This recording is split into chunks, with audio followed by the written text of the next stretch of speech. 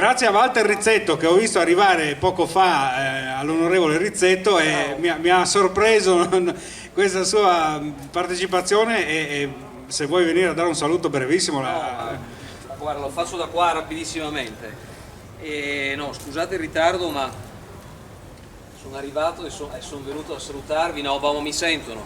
Sono venuto a salutarvi, sono venuto a salutare Franz, perché voglio dire, molto spesso ci sentiamo, trovo nel suo percorso, io non ho ancora letto Sottomissione, ho letto qualcos'altro di Franz, trovo il suo percorso molto interessante, penso che, come dicevo l'altra volta, ma spero che il direttore che saluto e a cui faccio i complimenti, perché leggo sempre il Messaggero Veneto, sempre di più in ascesa tra i giornali italiani, quindi mi permetto questa parentesi.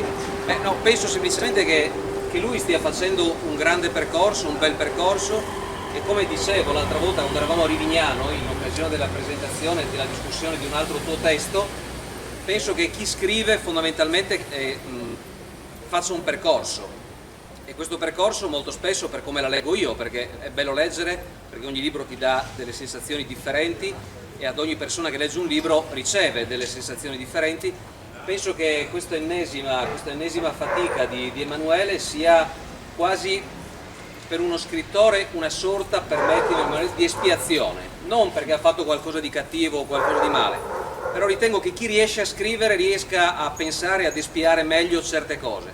Lo seguo quando va a camminare in montagna fino a 1500-2000 metri di altitudine, e quindi insomma invidio anche questa sua passione. Prima o poi magari molto più umilmente mi ci metterò anch'io, perché mi viene ogni tanto da buttare giù qualcosa proprio per crearmi un piccolo percorso. Ho letto, e chiudo rapidissimamente facendoti di nuovo i complimenti, un po' la traccia, un po' il canovaccio di quello che tu scrivi, non preannuncio nulla.